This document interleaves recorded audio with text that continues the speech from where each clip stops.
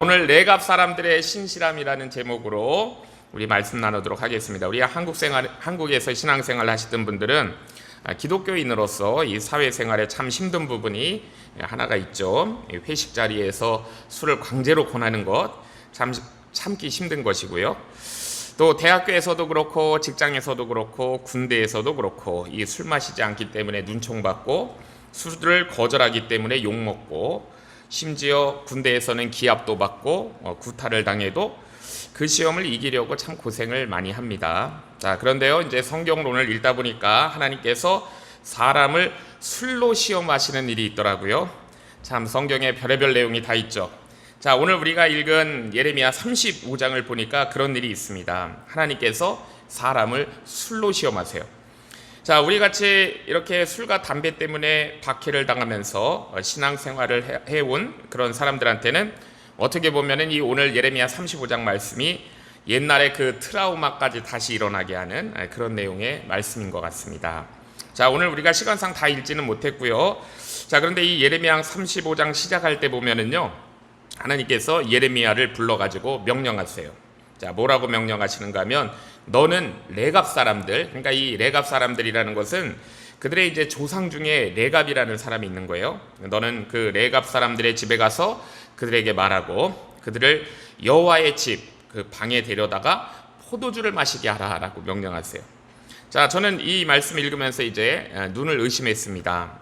자, 레갑 사람들을 지금 어디로 오라고 하는 거냐면 여호와의 집으로 오라고 하래요.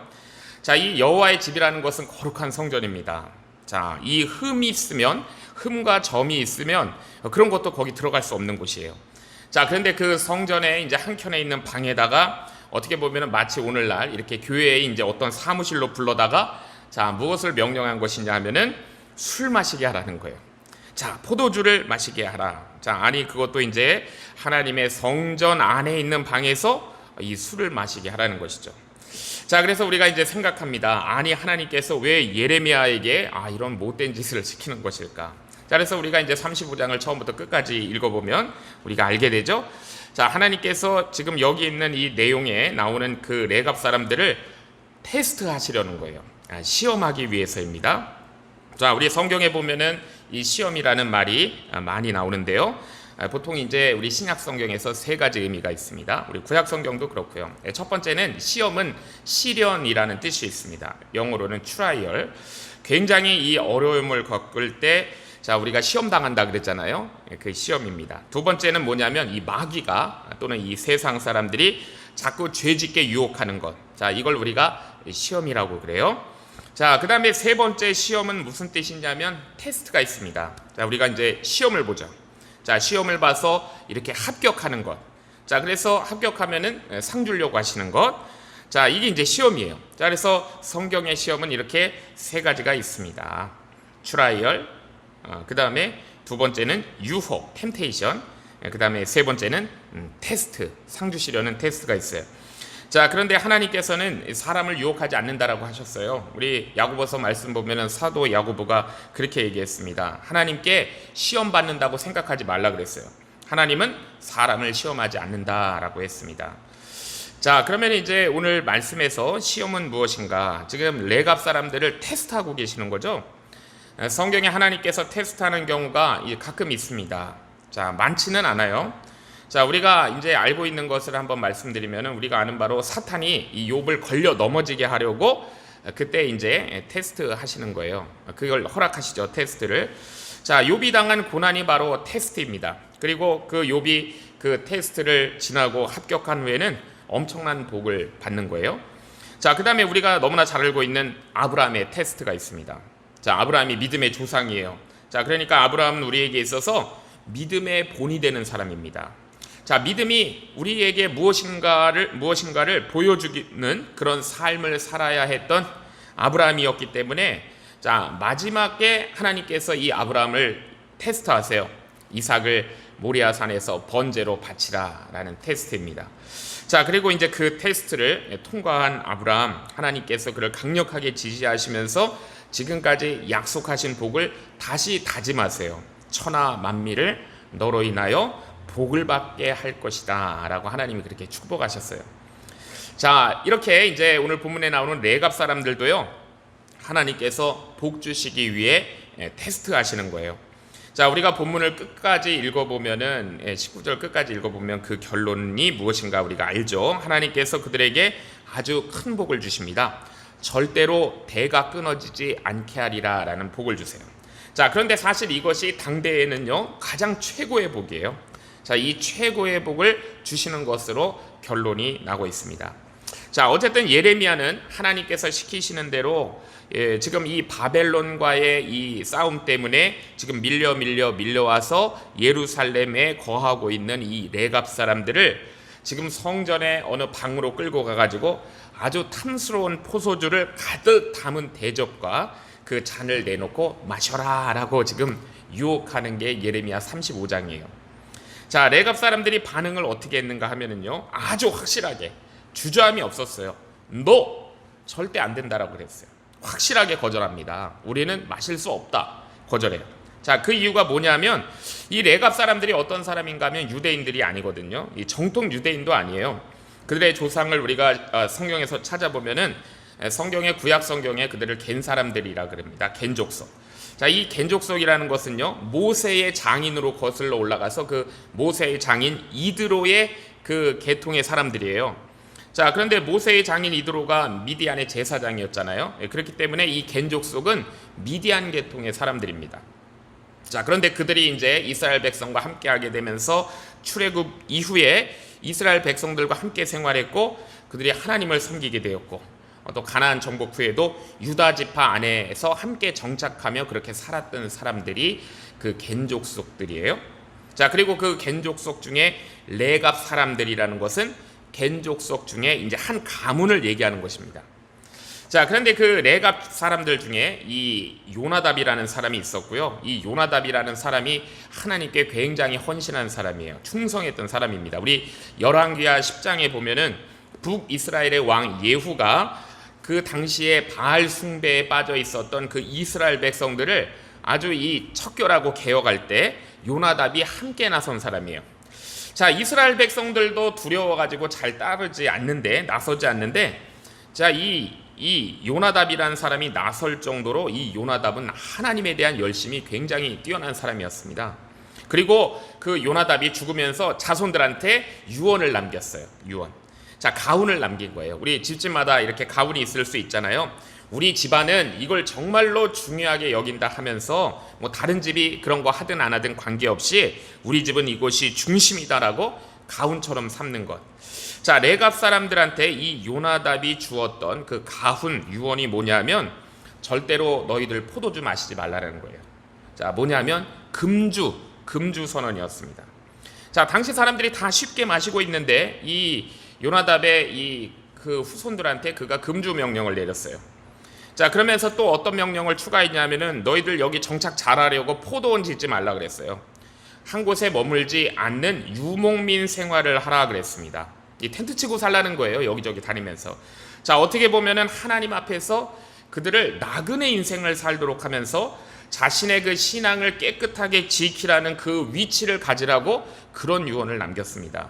자, 그런데 그 레갑 사람들이 지금 예레미야 때까지 그 요나답 때부터 예레미야까지 250년에 걸쳐 가지고 그 유대인들도 아닌데 정통 유대인들도 아니고 유대인들한테 이렇게 더불어 사는 사람들인데 이방인들인데 하나님 앞에서 그 유언을 그 요나답의 유언을 신실하게 지키면서 충성을 다하고 살아왔던 거예요. 250년 동안.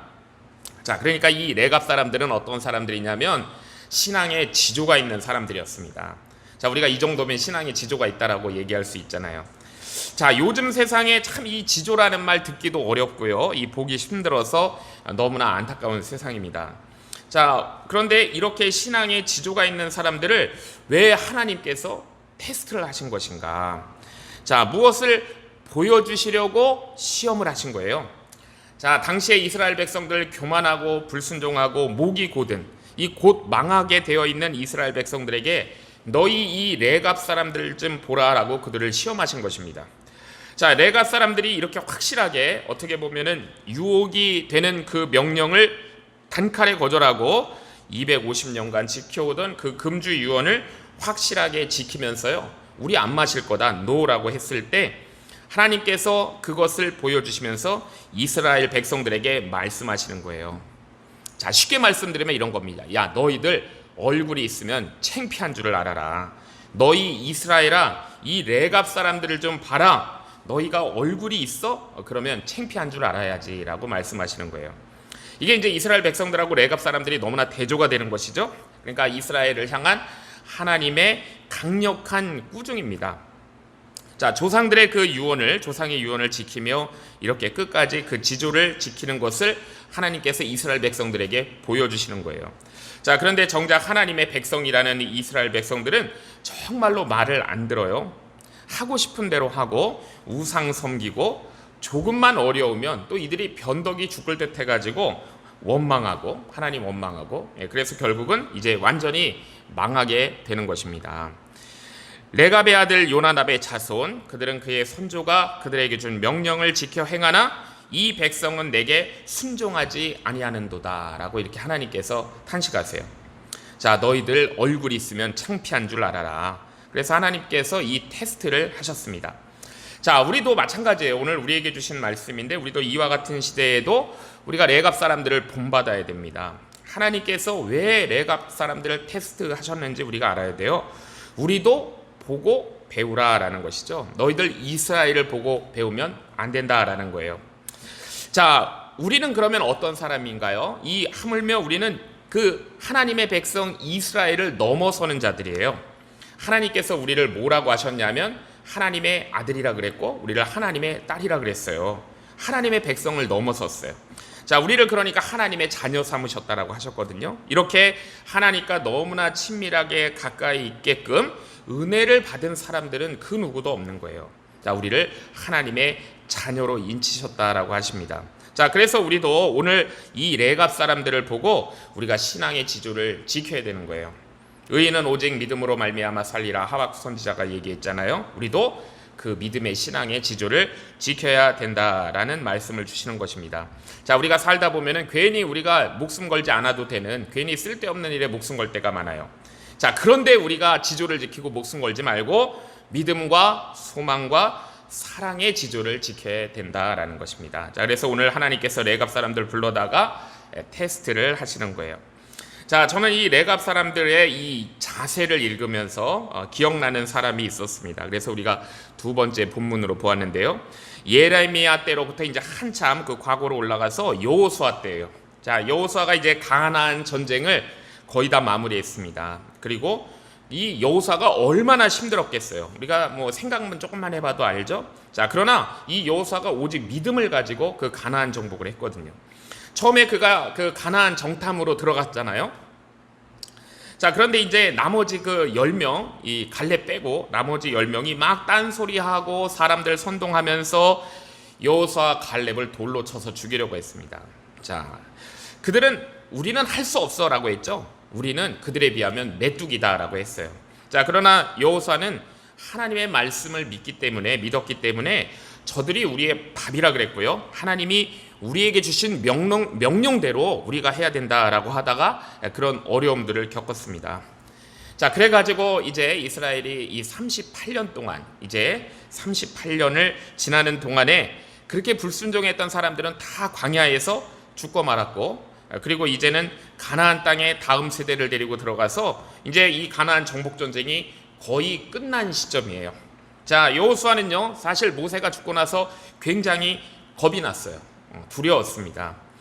자, 그런데 하나님께서 여호수아에게 두려워하지 말라라고 하셨어요. 나의 그 하나님의 말씀대로 모든 것을 지켜 행하라라고 하셨죠. 그래서 그 하나님의 인도하심을 받아가지고 이제 가나안 정복 전쟁이 거의 마무리되어 갈 즈음에 여호수아가 백성들한테 얘기한 것이 오늘 우리가 본문에서 읽은 거예요. 자, 그러므로 이제는 여호와를 경외하며 온전함과 신실함으로 그를 섬기자라고 한 거예요. 자, 이제는 우리가 옛날처럼 그러지 말고 좀 지조 있게 신앙생활 하자는 거예요. 옛날 너희 조상들처럼 우리 그러지 말고 이제는 정말 우리가 지조 있게 온전함과 신실함으로 하나님을 섬기자라고 얘기한 거예요. 자, 그런데 이제 사람들의 마음속에는 아직까지도 다른 생각들이 들어 있어요. 애굽에서 섬기던 그 신 생각도 나고 아모리 사람들의 신을 봤는데 그거 매력적인 것 같기도 하고, 자 그래서 그들이 여호와만 섬기는 것이 아니고 그 동시에 주변을 기웃기웃 이렇게 하면서 조금만 힘들어지면은 하나님으로부터 돌아서고 이상한 쪽으로 막 흘러가고 그러는 백성들이에요. 자 그런데 이제는 그러지 말자라는 거예요. 온전함과 진실함으로 우리가 하나님을 섬기자라고 하는 것입니다. 그러니까 하나님께 지조를 좀 지키자라는 거죠. 자 그러면서 이어서 이렇게 얘기해요. 너희가 아직도 그쪽이 좋아 보이면 너희 가라는 거예요. 가도 좋다. 그러면서 그 마지막에 유명한 말씀을 한 거죠. 다 간다 할지라도 오직 나와 내 집은 여호와를 섬기겠노라 라고 한 거예요. 자 그러니까 이 신앙의 지조를 얘기한 겁니다. 자 옛날에 이 지조를 지키고 신앙 지키다가 사실 여호수아가 죽을 뻔했거든요. 돌 맞아서. 그리고 실패도 있었고 그동안 많은 어려움도 겪었습니다. 그런데 그가 가졌던 그 믿음대로 정말 그대로 이제 그 광야 38년을 지나고 나니까 또 가나안 정복까지 하나님이 이루게 해주신 거예요. 하나님께서 그 땅을 주셨습니다. 자 그래서 이제는 너희가 하나님의 은혜를 우리가 다 보지 않았느냐, 이 하나님의 은혜를 저버리지 않기 위해 이제 우리는 믿음을 지켜야 되지 않겠느냐라고 얘기한 거예요. 자 우리 믿음이란 것이 무엇인가? 첫 번째 영어로는 faith라고 합니다. 신앙이에요. 믿음은 신앙이고, 두 번째는 trust예요. 믿음은 신뢰하는 거예요. 그 다음에 세 번째는 faithfulness, 신실함입니다. 그러니까 믿음은요 신앙하는 것이고 신뢰하는 것이고 그 다음에 신실한 거예요, 하나님한테. 자 그래서 우리가 믿음을 우리에게 익숙한 말로 지금 우리 본문의 관점에서 뭐라고 얘기할 수 있냐면, 우리 신앙의 지조가 있는 것, 우리 신앙의 지조가 있는 것이 믿음이에요. 끝까지 가야 되는 것입니다. 그러니까 레갑 사람들이 그런 사람들이다라고 우리에게 보여주신 거예요. 자 그래서 이제 여호수아가 얘기한 거죠. 그리고 사실 그때 여호수아가 이스라엘 백성들한테 얘기했을 때 이스라엘 백성들 중에서 정말 가라고 한다 그래서 다른 신들한테 갈 사람은 사실 그 시점에는 없었습니다. 그런데 이제 시간이 이렇게 지나면서 많은 시간이 흐른 후에 이들의 후손이 또 잘못된 거죠. 그래서 하나님께서 이제 레갑 사람들을 테스트하셔가지고 이 이스라엘 백성들의 창피한 것을 깨닫게 하시는 거예요. 자 그러나 여호수아 때는 그렇게 얘기해도 사실 하나님으로부터 이 돌아서는 사람은 하나도 없었을 것입니다. 자 여호수아가 그래서 너희 원하는 대로 한번 해봐라. 다른 신 섬겨도 좋다. 그러나 나는 오직 나와 내 집은 여호와만 섬기겠다라고 선언을 했고요. 그때 사람들도 여호수아처럼 이렇게 얘기한 거예요. 나와 내 집은 오직 여호와만 따르겠습니다 라고 그렇게 하는 겁니다. 자 우리 이제 신약으로 넘어와서요, 우리 사도 바울이 로마서에서 하나님의 은혜를 쭉 이렇게 기록했어요. 자 1장부터 시작해서 11장까지 하나님의 은혜를 기술했는데, 하나님의 은혜를 다 기술하고 난 뒤에 사도 바울이 이제 이렇게 얘기합니다. 그러므로 형제들아, 내가 하나님의 모든 자비하심으로 너희를 권하노니 너희 몸을 하나님이 기뻐하시는 거룩한 산제물로 드리라 라고 했어요. 하나님의 은혜를 11장에 걸쳐서 쭉 기록한 후에, 그러므로 형제들아, 내가 하나님의 모든 자비하심으로 너희를 권하노니 너희 몸을 하나님이 기뻐하시는 산제물로, 거룩한 산제물로 드리라 라고 했어요. 자 그러니까 이제는요 너희 마음 이렇게 이리 왔다가 저리 갔다가 하지 말고, 흔들흔들 하지 말고, 사람의 이해관계 또 나의 그런 욕심에 따라 손바닥 뒤집듯 바꾸지 말고, 이제는 산제물로 그냥 통째로 너희를 제단 위에 올려놔라. 이것이 너희가 드릴 영적 예배다라는 거예요. 자 우리 인생이 그렇게 돼야 되는 거예요. 자 너희는 이 세대를 본받지 말고, 즉 세상 기웃기웃거리지 말고 오직 마음을 새롭게 함으로 변화를 받아 하나님의 선하시고 기뻐하시고 온전하신 뜻이 무엇인지 잘 분별하라 그랬어요. 자 이게 무슨 말씀이냐면, 간단히 얘기하면요, 오늘 본문 우리 제목을 가지고 간단히 얘기하면 지조를 지키는 신앙생활을 하라라는 거예요. 자 내가 하나님을 소유하고 있는 게 아니에요. 하나님께서 나를 소유하시도록 하라는 거예요. 자 우리가 이 소유 관계가 정말 분명해야 되거든요. 내가 만약에 하나님을 소유하고 있다라고 이게 생각하는 것은 내가 다른 것들 다 많이 가지고 있는데 거기다가 하나님 하나 올려놓은 것과 똑같은 거예요.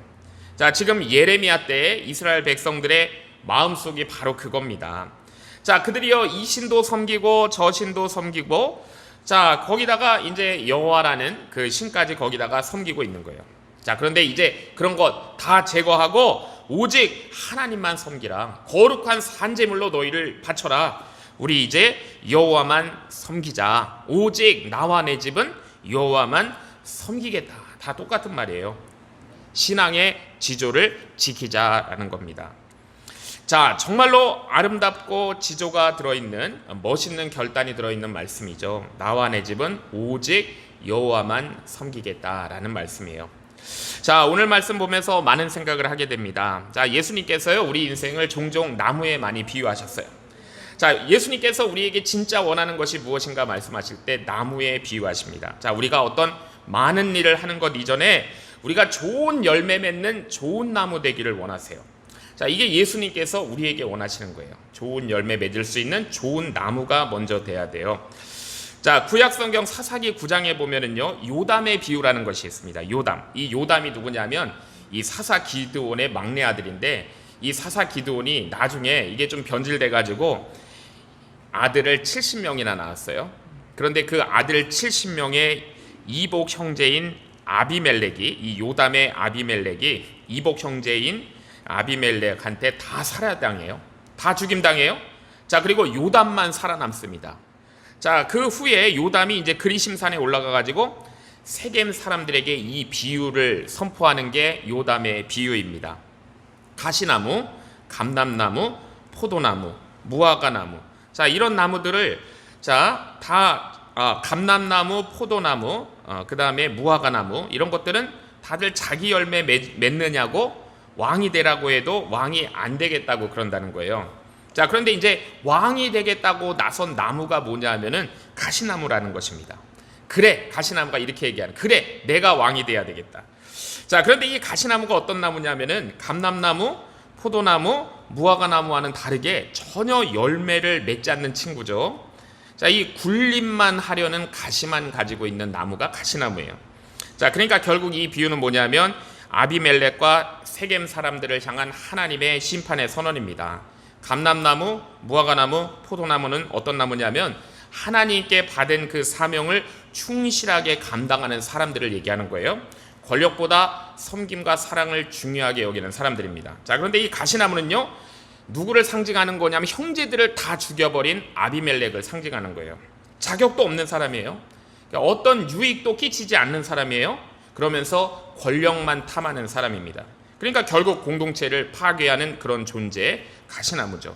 자, 그리고 세겜 사람들은 어떤 사람들이냐면 그 아비멜렉을 왕으로 세운 사람들이에요. 자기 눈앞에 이익만 가지고 악한 지도자를 선택한 사람들, 그 사람들이 세겜 사람들입니다. 자, 그러니까 결국 이 비유가 주시는 결국의 메시지는 뭐였냐면은 하나님이 왕이시다라는 거예요. 내가 왕이 아니고 사람이 왕이 아니고 하나님이 왕이시라는 것입니다. 자, 우리가 감람나무, 포도나무, 그 다음에 무화과나무, 가시나무가 있는데 예수님께서는 우리한테 열매 맺는 좋은 나무가 되라고 했잖아요. 우리가 어떤 나무인지도 우리가 한번 살펴봐야 돼요. 자, 그리고 사람들이요 이 나무와 그 다음에 그 문화를 연결시켜서 여러 가지 조사들을 했습니다. 연결시켰는데 이런 조사를 한번 해봤어요. 유럽의 문화는요 나무로 얘기하면 오크추리예요. 자, 참나무입니다. 그러니까 이 오크추리가 어떻게 보면은 유럽의 문화를 대표하는 거예요. 자, 그래서 어떤 중요한 곳에 가 보면 유럽에는 이 참나무의 모습들이, 오크추리의 모습들이 많이 있습니다. 자, 이건 뭘 뜻하냐면 굉장히 든든해요. 자, 그러니까 이 오크추리도 뭘 의미하는 거냐면 지조를 의미하는 거예요. 든든한 나무처럼 변함없음을 나타내는 것입니다. 자, 그리고 이제 이 지중해 문화, 이스라엘을 포함해서 지중해 문화는 올리브나무, 이 감람나무 문화예요. 자, 우리가 이제 올리브유가 건강에 좋다 그래서 우리가 잘 먹고 살고 있지만 그 이스라엘도 지중해 동쪽 끝이잖아요. 그래서 이 감람나무가 이스라엘을 상징하는 나무처럼 여겨졌고 성경에도 우리 예수님께서 감람나무 비유를 많이 드셨죠. 예, 너무나 중요한 나무. 자, 그러면 이제 한번 생각해 봅니다. 우리 한국 사람들이 가장 좋아하는 나무는 무엇일까? 자, 그래서 이제 통계 조사를 살펴보니까 어떤 통계에 58.7%가 우리 한국 사람들이 소나무를 얘기했어요. 우리 한국 사람들이 거의 60%가 소나무를 좋아한대요. 자, 그러면 왜 한국 사람들은 소나무를 좋아하는 것일까? 많이 있어서 그냥 좋아하는 것일까? 여러 이유가 있을 수 있지만 내우외환, 그러니까 안으로 걱정거리, 갈등이 우리 한국 사람들 많았어요. 밖으로는 외적이 막 어려움들이 쳐들어오는 그런 상황을 수없이 겪었습니다. 자, 그러면서 늘 배신하는 세상을 봐온 거예요. 정권이 바뀔 때마다, 세상이 바뀔 때마다 사람들이 이렇게 손바닥 뒤집듯이 여기 붙었다 저기 붙었다 하는 그런 사람들 보면서 우리 한국 사람들이 마음속에 어떤 생각을 키웠는지 알 수 있는 거죠. 지조 있는 사람이 정말 그립다라는 거예요. 지조 있는 사람. 자, 진정한 그런 충절을 그리워했기 때문에 우리 한국 사람들 소나무를 좋아합니다. 자, 그 소원을 담고 있는 게 소나무예요. 자, 그래서 이 소나무가 보여주는 언제나 청청한 이 상록수로서의 지조와 절개 때문에 한국 사람들 60%가 선택한 거예요. 자, 소나무는 변함이 없습니다. 추운 겨울이 와도요, 그래서 눈이 와도 소나무는 다른 나무들은 낙엽 다 떨어지고 가지만 앙상하게 남아있지만 혼자서 청청하게 푸르는 그런 모습을 보이는 나무, 그게 바로 소나무예요. 자, 그래서 우리 한국의 소나무와 관련되어 있는 정말 우리 가슴을 저미게 하는 그런 시구들도 우리가 많이 찾아볼 수가 있습니다. 그 중에 오래된 그런 시조 중에 윤선도의 오우가라는 거 있어요. 그러니까 5가지 친구를 얘기한 건데 그 중에 하나가 바로 뭐냐면 소나무입니다. 자, 그 시조에 이런 시구가 있어요. 더우면 꽃 피고 추우면 잎 지거늘, 소라 너는 어찌 눈서리를 모르는구나, 구천에 뿌리 고든 줄을 그로하여 아노라. 이건 뭐냐면 얘가 이제 땅속 깊이 뿌리를 내리고 있고 그래서 줄기가 곱기 때문에 그렇구나라는 거예요. 자, 그 다음에 우리 또 이 사육신 중에 하나인 성삼문이 자신의 뜻을 시조로 읊었습니다. 소나무를 가지고 이 몸이 죽어 무엇이 될꼬 하니 복례산 제일봉에 낙낙장송 되어 있다가 백설이 망공곤할 때 독야청청하리라 라고 했어요. 자, 그러니까는 내가 죽은 뒤에 이 복례산 꼭대기에 소나무가 되었다가 온 세상이 눈으로 덮여도 나 홀로 푸르름을 지키고 싶다라는 그런 시조죠. 자, 하나님에 대한 우리의 신앙이 바로 이래야 되는 거잖아요. 그렇죠? 자, 그런데 이제 요즘 세상을 보면 이런 지조를 얘기하면 사람들이 코웃음 칩니다. 그냥 내가 느끼는 대로 살면 되지, 내 감정에 충실해서 살면 되는 거지 하면서 이 지조라는 것을 중요하게 여기지 않아요. 자, 그러다 보니까 이런 세태를 풍자하는 재미난 얘기들이 많이 있습니다. 제가 그 중에 하나를 말씀드릴게요. 자, 그 중에 하나 뭐가 있냐면 이 세상에 지금 이 시대에 여러 종류의 여자들이 있대요. 예전에는 우리 한국은 일부 종사라고 했습니다. 오직 한 남편만 아는 사람들인데 우리가 그래야 한다고 배웠는데, 자, 그런데 이제 세상은 그렇지 않다는 거죠. 자, 이렇게 풍자를 해요. 남편밖에 모르는 여자는 마음이 한쪽으로만 통하는 여자이기 때문에 뭐라 그러냐 하면은요, 하나의 마음만 있는 한심한 여자래요. 한심한 여자. 자, 그리고 이제 이 세상 가운데는 현대는 남편도 있고 애인도 있는 여자가 있대요. 자, 이런 여자는 마음이 2개인 거잖아요. 자, 마음이 2개여서 이런 여자는 어떤 여자라고 부르냐면은 양심이 있는 여자라 그런데, 양심, 2양자를 쓴 거죠. 한문으로 풍자한 거예요. 마음이 2개 있는 여자, 양심 있는 여자. 자, 그 다음에 남편이 있고 애인이 2 있는 여자, 즉 마음이 3인 여자는 세심한 여자라고 한대요. 세심한 여자. 자, 또 남편을 비롯해서 애인을 한 9명 정도 거리두고 사는 여자, 마음이 10군데로 나눠져 있잖아요. 자, 이런 여자를 뭐라 그러냐면 열심히 사는 여자라고 한대요. 자, 이게 무슨 얘기냐 하면은 지금 세상이 이렇다는 것을 풍자하는 거예요. 자, 그런데 제가 여자 얘기를 했지만 사실은 남자는 더하면 더하지 덜하지 않을 거예요. 자, 그러니까 이게 지금 우리 세상을 살고 있는 지조 없는 이 세태를 풍자하는 것입니다. 자, 그러니까 지금 이 세상이 변덕이 죽을 듯하고 기분대로 움직이고 손바닥 뒤집듯이 말 바꾸고 한 번 했던 약속도 언제 그랬냐는 듯이 잊어버리는 너무나 가벼운 세상이 되어버렸기 때문에 그런 세상을 보고 살면서 우리 한국 사람들이 어떤 나무를 좋아하는가? 소나무를 좋아하는 거예요. 소나무. 눈이 와도 바람이 불어도 독야청청 정말 푸르게 변함없이 그 자리를 묵묵하게 잘 지키고 있는 소나무, 정말 우리도 그립잖아요. 자, 이 오늘 본문에서 본 네갑 사람들은요 250년 동안 그 유언을 지키기 위해서 하나님이 정말 이렇게 시험을 해도 넘어가지 않는 그 지조를 보여준 사람이에요. 푸른 소나무와 같은 지조입니다. 우리 안 마실 거예요? 우리 안 마십니다. 자, 아마 그들은요 목에 칼이 들어와도 안 마셨을 거예요. 자, 하나님께서 이 레갑 사람들의 그 지조와 충성심을 보시고 복 주시는 이야기가 바로 오늘 우리가 마음에 새겨야 되는 예레미야 35장 말씀입니다. 자, 또 그 모든 서러움까지 다 겪고 결국은 가나안 땅을 정복하고 난 뒤에 여호수아의 결단, 자, 그것도 바로 그거예요. 그 여호수아가 지조를 지켰더니 하나님께서 복 주셨다라는 그런 얘기잖아요. 자, 그를 죽이려고 돌려치려고 했던 사람들은 광야에서 다 멸절되고 말았습니다. 자, 그런데 그 긴 38년 지나고 나서 보니까 그 하나님께서 신앙의 지조를 지킨 여호수아에게 복을 주신 거예요. 자, 그렇기 때문에 그가 이 은혜를 입었기 때문에 남은 인생도 나는 오직 나와 내 집은 여호와만 섬기겠다라고 그렇게 결단하고 있는 것입니다. 또 우리가 한 사람 더 봤잖아요. 사도 바울이 그의 한 생애 동안 정말 주님만 붙잡았고요. 이제 마지막 때가 되었습니다. 자, 역시 사도 바울도 똑같은 고백을 한 거예요. 지나가는 인생을 보니까 굉장히 힘들었어요. 한 생애 동안 주님만 붙잡고 살았는데 생각해 보니까 힘들었어요. 자, 그렇지만은 힘들었지만 지조를 지켰습니다. 디모데후서 4장 6절에서 8절을 보니까 그래서 이렇게 얘기하고 있어요. 전제와 같이 벌써 내가 부음이 되고 나의 떠날 기약이 가까웠도다 라고 했어요. 자, 우리 전제라는 것이 있죠.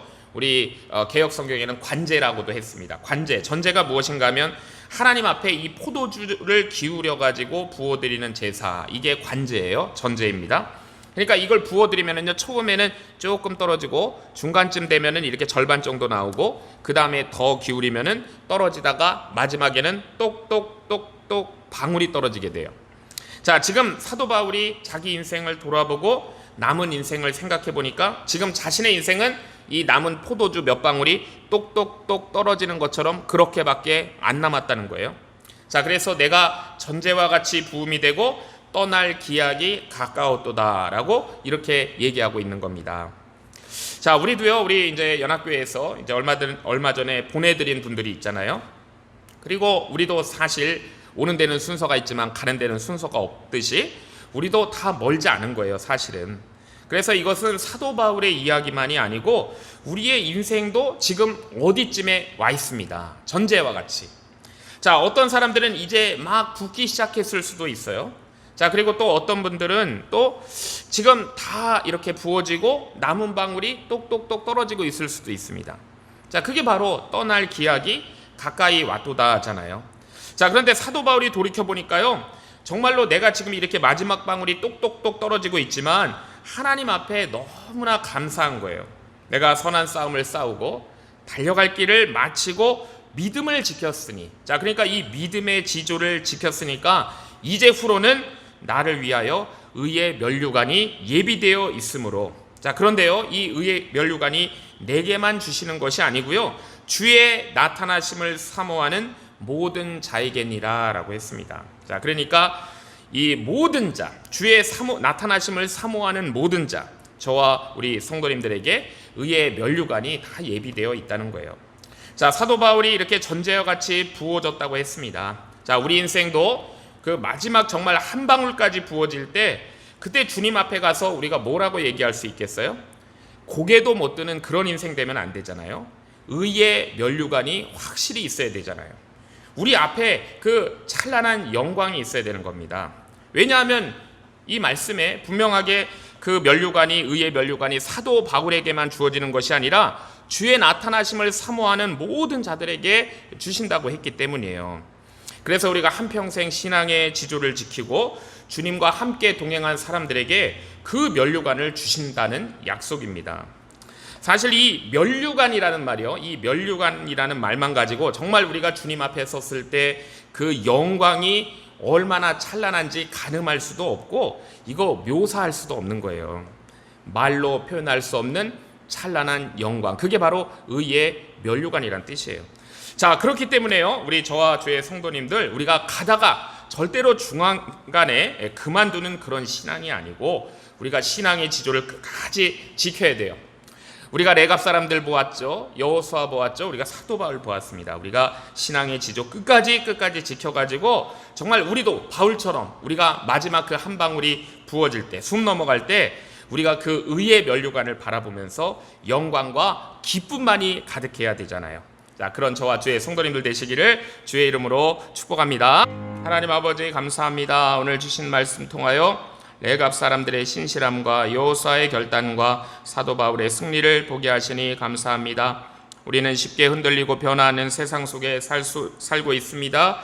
우리의 마음도 때로는 하나님보다 세상을 바라고 믿음보다 눈앞의 유익을 따라갈 때도 있음을 고백합니다. 그러나 오늘 주신 말씀을 통해 하나님께서 원하시는 신앙이 무엇인지 다시 배우게 하셨사오니 어떠한 유혹과 시험 앞에도 믿음의 신앙의 지조를 지키고 끝까지 하나님만 섬기는 충성된 삶을 살게 하옵소서. 여호수아가 오직 나와 내 집은 여호와를 섬기겠노라 라고 고백한 것처럼 우리도 선포하며 살게 하시고, 또 사도 바울이 선한 싸움 싸우고 달려갈 길을 마치고 믿음을 지켰다라고 고백한 것처럼 우리의 인생의 마지막도 이런 고백이 있게 하여 주시옵소서. 우리의 남은 인생이 전제와 같이 주님 앞에 온전히 부어지기를 소원합니다. 마지막 한 방울까지 주를 사랑하고 충성하게 하옵소서. 또 눈보라 속에서도 푸르름을 잃지 않는 소나무처럼 믿음의 푸른 빛을 결코 잃지 않게 하시고, 깊은 뿌리를 내린 나무처럼 말씀 위에 든든히 뿌리를 내려 서게 하옵소서. 주의 앞에 서는 날 부끄러움이 아니라 기쁨으로 주님을 뵙고